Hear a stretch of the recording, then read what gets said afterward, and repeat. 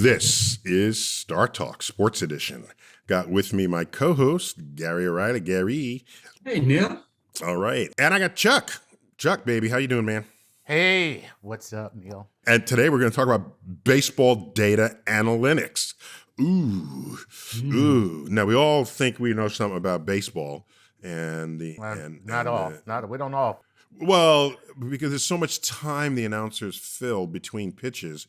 That is the 37th pitch he's thrown in the second inning. The first time it's like, where does all this data come from? And why are they talking about it? And does it have any meaning? And where's it going? And does it make the team win? There are people who specialize in that. And one such person is our guest, who spent the summer of 2022 interning with the New York Yankees data group. And his name is Ben Marrow. Ben, welcome to StarTalk. Thank you. It's great to be here. Yeah. So the Quantitative Analysis Associate, that's a cool title, especially for the New York Yankees, which is my home team, being native of the Bronx. And you're a PhD student in a joint program in finance and economics at University of Chicago in their Booth School of Business. So Ben, what is a Quantitative Analysis Associate? And we all want to know, if you did that for the Yankees, did you have a free parking space? Exactly. Well, thanks again for having me on here. So every baseball team now basically has an in-house analytics department. In fact, most of all major league sports now have an in-house analytics department. And that's because at the end of the day, what these teams are trying to do is win. And really, that's what they try to do. Surprise! Some teams are trying to make money for their owners, but a lot of it has to do with winning. And you're trying to manufacture edge wherever you can. For the fans, that's going to, from facing towards the fans, most of what you see is what the players do on the pitch. But anything that you can do to sort of improve strategy, informed by data, there's going to be a team in the back office that's trying to figure out what to do. Again, every team has this. I think in baseball, it's much more advanced than in other sports, and I can sort of talk more about why I think that's the case. But that's effectively what I was doing. Now, there are parking spaces. Obviously, I was taking the D train, but it's easy enough to get there. So, Ben, I have to ask you, we are 20 years or so on from Bill James and Moneyball, right? And Billy Beane and all the rest of it. So he totally changed the game in terms of analytics. Where are we now as opposed to where he was then? Yeah, so obviously what Bill James did for the game was incredible. And I think he really got the whole statistics revolution going, shed light on a bunch of would you say he's the father of sabermetrics?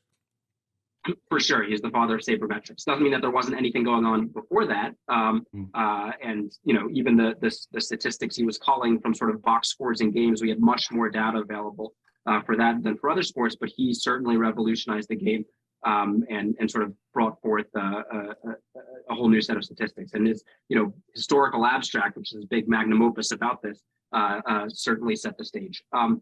Now, since then, there's been a lot of changes. So, which is what historical abstracts is a book that he published. A book that he published. He published dozens of books, didn't he? He published dozens of books, but that sort of his big one that sort of goes through everything. It's a long read. I'm not sure I would recommend it unless you're really into it, but it is sort of like the most famous one. I'm sure he appreciates your endorsement there, Ben. Yeah. Whatever you do, people, don't read this. So Ben, what was being overvalued previous to the sort of sabermetrics, and what was being undervalued? That's a good question, because obviously people wanted that shifted. Everything shifted, so that's fascinating. Sure. So certainly, what was being undervalued was sort of how people get on base. Right? On base. So if you think on base, gets on base. If you think back to the movie. So, things like getting walked, which is sort of for those that don't know, it's when the pitcher throws four, pitches outside the zone until you automatically take first base. That's sort of, a somewhat unsexy event that happens because you sort of, walk to first base. That's why it's called a walk. And, you're not hitting it. It's not clear the extent to which it's a demonstration of skill. But that's basically as valuable, at the end of the day, as getting a hit. Wait. In Little League, they told us walk is as good as a hit.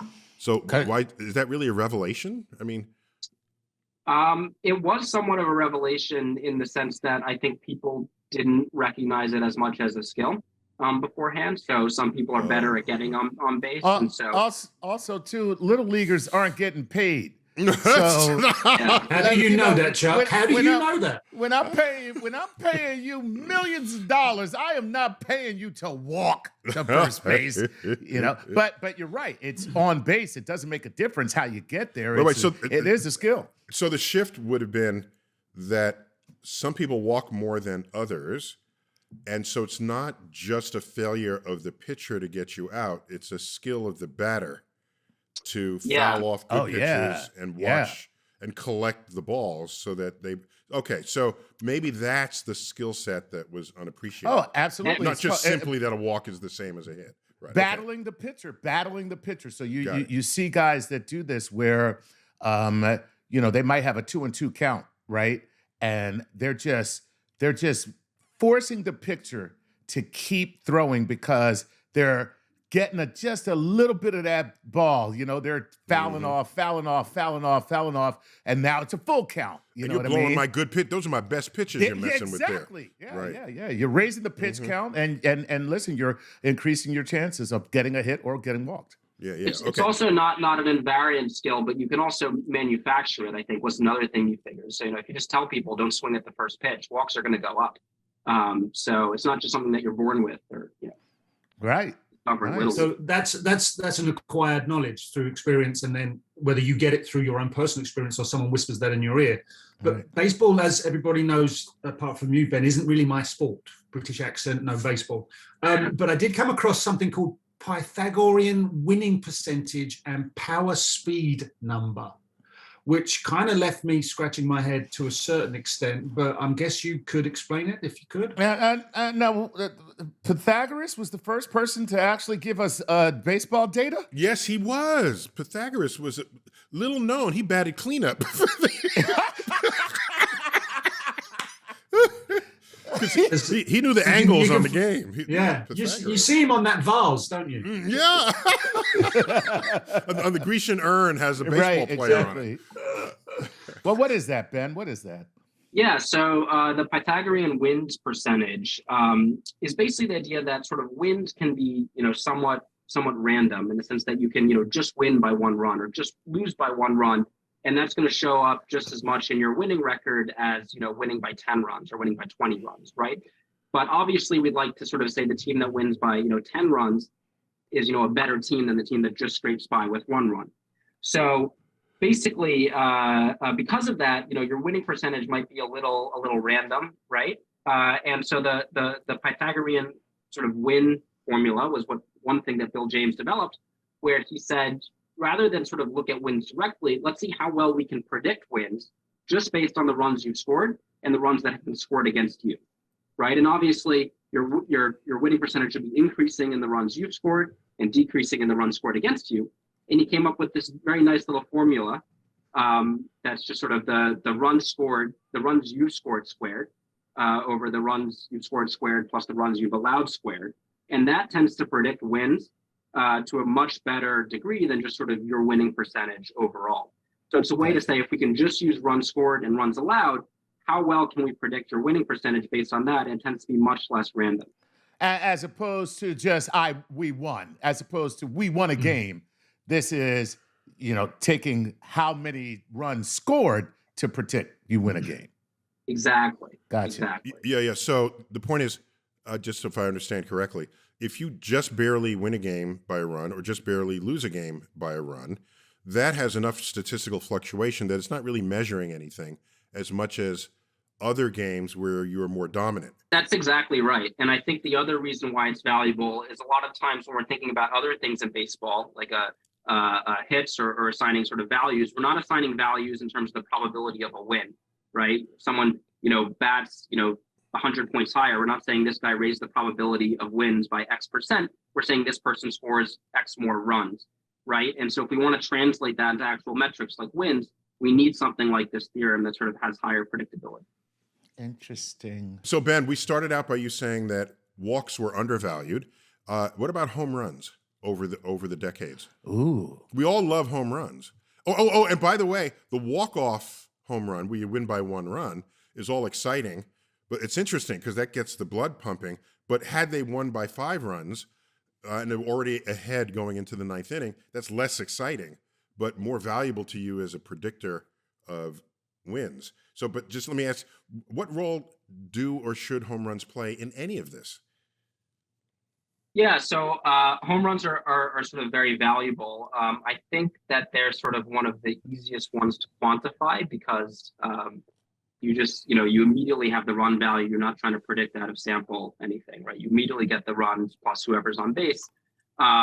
So I think, and obviously we now have sort of more home run hitters, right? So I think the game's moving to a spot where we have people who sort of hit home runs and don't hit home runs, and we don't have as many sort of Ichiros anymore who are more consistent hitters. Yeah, I think I'm not sure how the sort of the imputed run value of those have changed over time. I think they're the easiest to get right, probably, because they're right there. Because we all know, remember that when Babe Ruth first hit 50 home runs, that was more than any other entire team hit. So clearly home runs was not a thing at some time early in the history of the game. And now everyone's waiting for a home run, right? Well, and let's not forget, he did it while with a bourbon and a cigar in each hand. Yeah, and beer and hot dogs too. Exactly. Yeah. that was his steroids. Well, whatever works. So, okay, here in 2022, outside of you hit more home runs, you win a game as a stat, what is considered by the quantitative analysis guys the holy grail for a player? What is the thing that you got that, then you're going to the Hall of Fame? Oh, good one. Sure. So obviously I can't talk to what, anything proprietary about what people call, but I will say that sort of more generally, if you sort of just sort of look at what MVP winners have sort of led the league in, sort of the main stat that people use is now this measure called OPS, which is on base plus slugging. So that's sort of a great measure. So what that does, it literally takes your on base percentage. So what percent of plate appearances do you get on base by any means? And it adds to that a slugging rating. And a slugging rating is sort of like a batting average. So, what percent of at bats do you get a hit? But it rescales it for how many bases you get on that at bat. So a home run is going to be 4 times as valuable as a single. A double is going to be twice as valuable as a single. And so when you add on base percentage plus slugging, you're sort of combining this consistency metric, which is sort of how often are you getting on base, which is sort of how valuable are you conditional on getting on base. So for example, Aaron Judge this year led the MLB in OPS. He will probably be the MVP if I had to guess, and that sort of tends to be the main metric. And everything is sort of a variation. Ben, I got to get this off my chest. Mathematically, it is completely meaningless to add 2 percentages that come from different origins. It's completely mathematically meaningless. And every time I see an OPS, I cringe, just as a math fluent person. I just have to. You shout at the TV, Neil. Do you shout at the TV? It's like saying, what percentage you get on the exam? Well, I get 90% on the exam. Or how much water's left in the glass? 50%. So let's add the 2 and believe that means something. I just can't. Well, it would mean something if you were thirsty while you were taking the test. Thank you, Chuck, for explaining that to me. Okay, so that's the new darling number then. Okay. Yeah, right. And what you said actually is exactly correct. I've actually read some studies where they say, should we multiply them instead of add them? And they come up with a multi and say, how would the rankings change? So there is no good reason sort of ex ante to add them, but it actually does have surprising sort of predictive power. So it does sort of work, even though it probably shouldn't. Right. So, and if you hit a home run every time at bat, you're batting 4,000. You're slugging 4,000. It's 4,000. Yeah. Wow. Look at that. Yeah. So what's the sneakiest stat that means something that most people would not think it should mean anything. But I got one. How close you lean in so you get hit by the pitch. Take one for the team. Oh, that's pretty. No, some batters get hit more than others. And Absolutely. It's not just a random stray ball. They're leaning into that stuff. But anyway, they're not liked. Well, honestly, what you just said kind of, I wouldn't be surprised if that had some significance. But I'd like my flesh and skin tissue intact. Okay. I don't want. like my face. I like my face. So we now have new technology thanks to StatCast that lets us see the exit velocity of a hit, so how hard the ball is hit. And this has now sort of been adopted both in the mainstream, so you see sort of New York Times articles about it. They mention it sort of in the streams of baseball games, and people sort of really like this statistic now that we just didn't have the ability to measure a long time ago. Mm-hmm. And it tends to have sort of a lot of cool predictive power. It's sort of very easily digestible, and how hard you hit the ball now is sort of a really important statistic. All right, wait a minute. Now I got a question for Neil for physics. So Neil, take what he just said. Yeah. Does always hitting the ball hard means that it's going to leave the park? No, the angle matters. They still do, from what I've seen, Ben, of course, they'll give you, quote, exit velocity, except the ball doesn't exit the field, all right? And it's, so there's some hard hit balls that go in the gap that are 100 miles an hour. They just didn't have the angle to then reach the stands. But what intrigues me is you have all these data from StatCast. Is there a new thing people now care about, or is it just? Are you flooded? And can you have what's the term? Analysis paralysis. Where paralysis by analysis, yeah. You have too much data where you think you have insights, but in fact you don't. You just have numbers. It's like being in the cereal aisle at the supermarket. Okay. We do have a huge amount of data. We have more, now than we did many years ago. Not just sort of we have more things now on everything about every pitch and every hit, but also going down to leagues that we never even collected data on, sort of vertically. So I think there are certainly times where we do not know what to do with that data, in the sense that, there are questions we haven't explored, or if you suddenly get a new a data set on, for example, how hard every ball was hit, what's the first thing you do? I don't think that we're at the point where we're sort of coming up with false insights based on data, because I tend to think that people are very careful with sort of understanding out of sample predictability and stuff like that. But there's still more data coming in that was sort of we didn't have previously, either at new leagues or at existing. You know where I think they're getting something wrong is where? In the bat speed and exit velocity, and there's this like sweet spot where the angle that it comes off the bat that they've been talking about, where you're more likely to get a really good hit or a home run. What they're not considering is the angle that the swing makes to the ground. So in other words, the angle that is more likely to give you a home run is around 30 degrees plus or minus. However, physics tells you the best angle to send something the farthest is 45 degrees. So why the difference? The difference is if you swung at a 45 degree angle, then the motion of the bat is in the same direction as the motion of the ball, and you'll be able to hit the ball 500 feet. But what's happening is you're swinging horizontally, and the ball is coming up at an angle from it, so that the bat is not entirely moving in the direction the ball exited the bat. And that angle difference is not showing up in anybody's StatCast that I have seen. I just got to put it out there. Wow. I actually always wondered that myself. I'm glad to know that. I wondered why it wasn't 45 degrees. And it's because if you're swinging horizontally, every angle that's not horizontal to the bat has less speed coming off the bat than the bat does swinging. Okay? So in the limit, you swing and then the ball goes straight up. Well, you swang really hard. The quote exit velocity is really fast, but it's not in the direction you need it, and the ball just goes straight up. So all of this matters. And I don't see anybody. So they have the numbers, but they don't have all the physics that would matter. Here's something else. I'm getting this all off my chest. So the speed of the pitch, Ben, where do they measure the speed of the pitch? At release. At release. Okay. Well, all data shows that there's up to an 8 mile an hour slowdown of the pitch by the time it crosses the plate. So the pitcher throws a 95 mile an hour fastball. It crosses my plate at 87 miles an hour. But the announcers keep saying, boy, he blew that 95 mile an hour fastball right by him. But at the time it went past him, it was 88 miles an hour.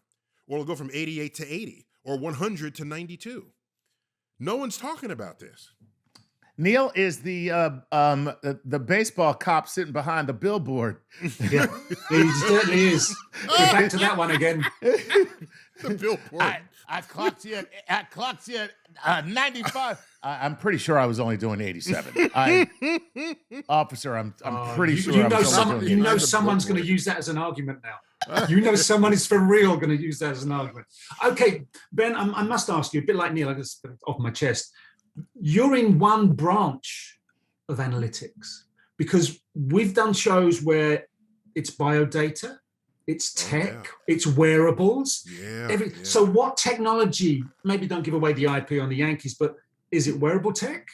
Is it the super high-speed cameras for technique analysis? Or are we really opening up with AI? I got one for you. You can guarantee it's not oxygen uptake of the players, okay? Because they spend most of the time just standing there. Yeah. We're not worried about lactic acid buildup in their muscles, okay? That ain't happening. No, there is new technology. I mean, they just, a lot of teams now use pitch-com, so you no longer have catchers signaling to the pitcher what to use. They now have microphones, and they pre-program what to say, and it goes into the hat of the pitcher. That's a new technology. But so they're literally hearing voices in their head. Yeah, well, they're literally hearing voices.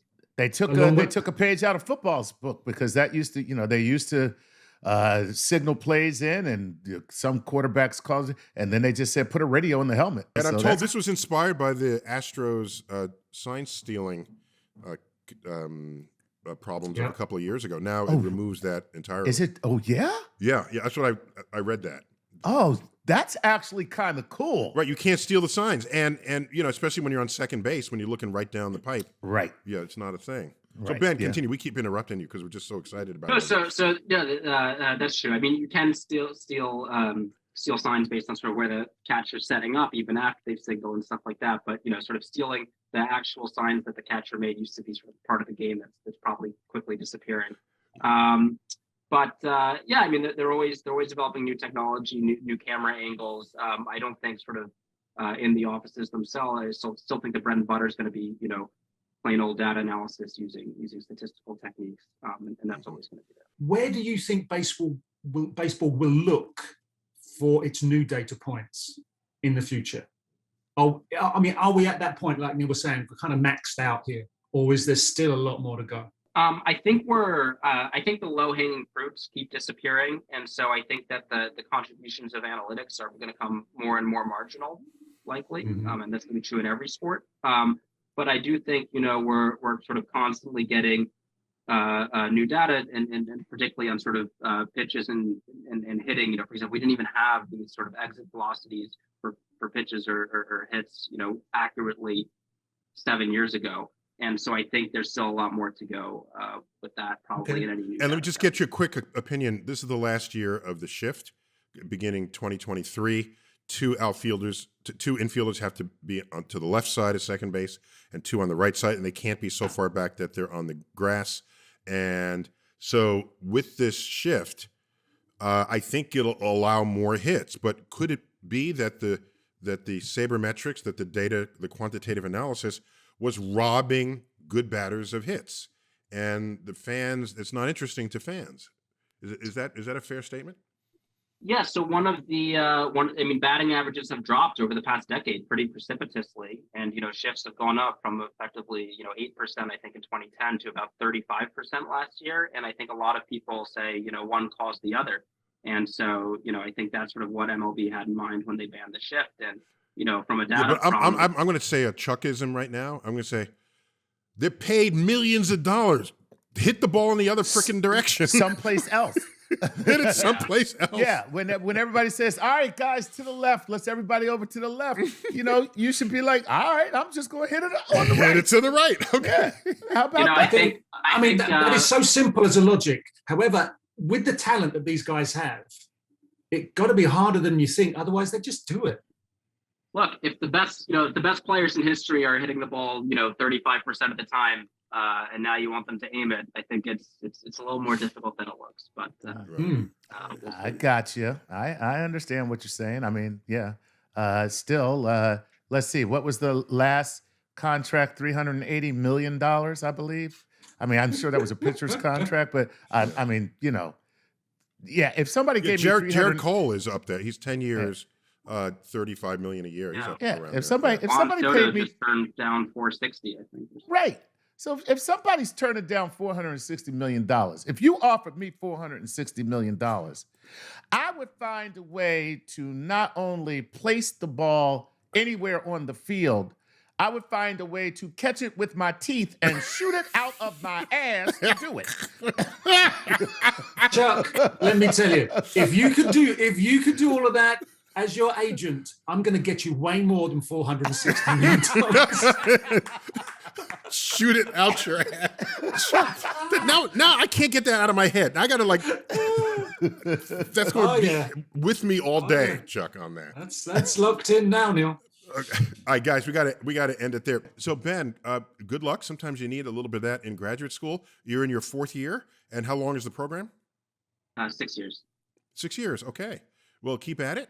And we're delighted to have you on here. Give us some insight into the and when you own the Yankees, remember the people who yeah. Who were behind you. Remember the people that were behind you, man. Just remember the guys that interrupted you a lot. That's all. All right, guys. This is Neil deGrasse Tyson, your personal astrophysicist. I'm thanking Ben Marrow for helping us out here, getting a little insight into baseball data analytics. This has been a StarTalk Explainer. As always, keep looking up.